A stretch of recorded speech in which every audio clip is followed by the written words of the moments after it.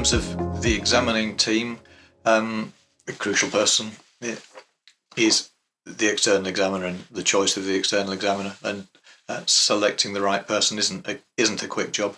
I will typically aim to come up with a list of 2 or 3 possibilities and discuss those with the student. Hopefully they will be people who the student has met in conferences, if there are such things, face-to-face conferences, or they'll certainly know the published work of the external.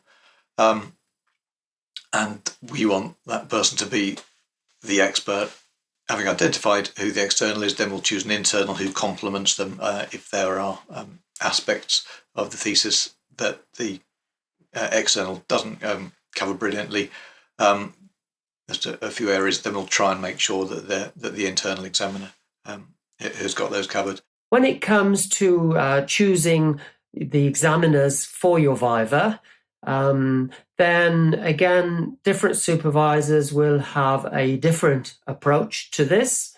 Some supervisors may involve you in the process and ask you for some ideas of who you would like to be your examiner. Others may not do that. So there's no right way of doing it.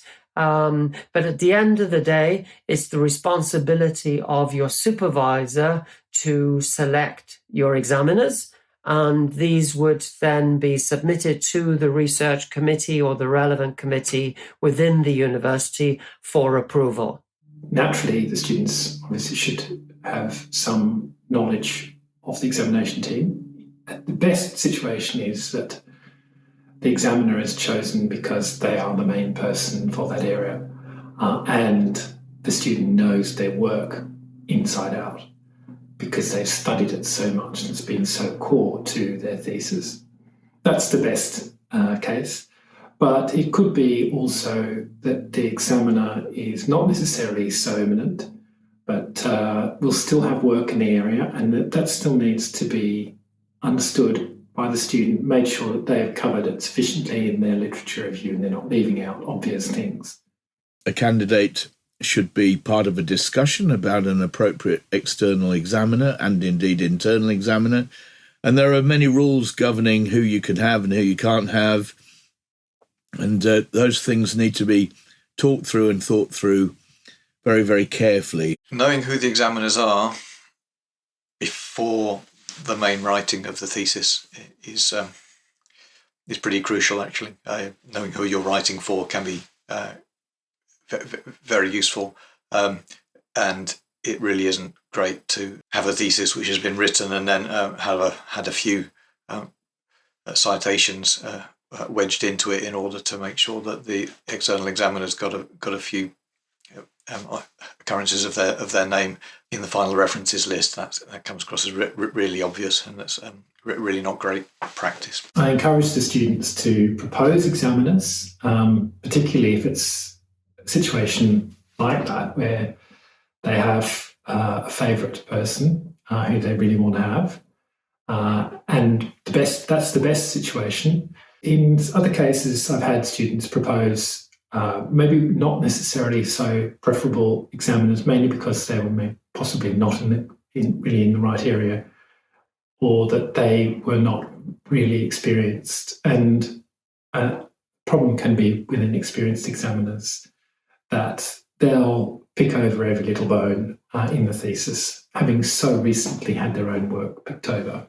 A viva is a rite of passage, and it seems to be human nature that whenever you go through a rite of passage, somebody wants to tell you how awful it was for them. But actually, of all the vivas I've ever been involved with, which is really quite a lot now because I've supervised 24 students to completion, I've examined 26, I think it is, and I've chaired more than I could shake a stick at.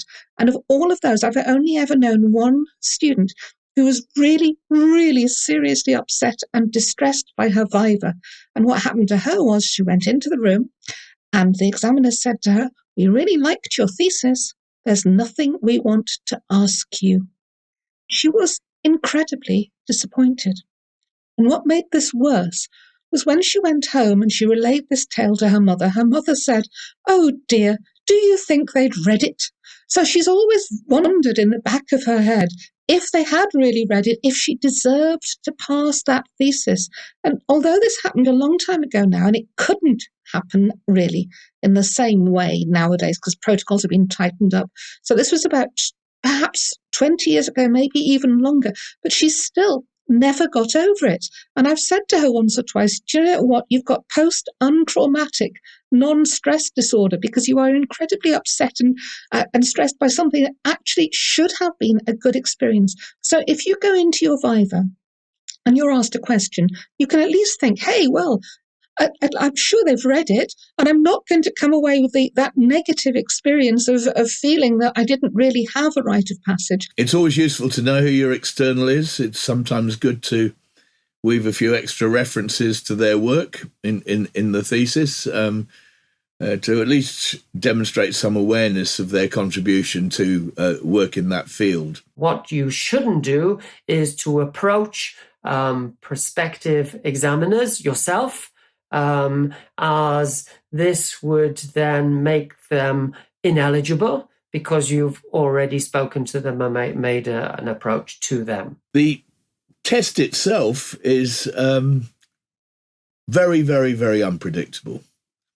It's impossible to know whether even people well known to the supervisory team are going to behave rather differently in the context of a viva voce examination compared to maybe the supervisory team's experience. The best thing that you can possibly do is when some of the examiners ask you a question, sit back, see if you can enjoy it.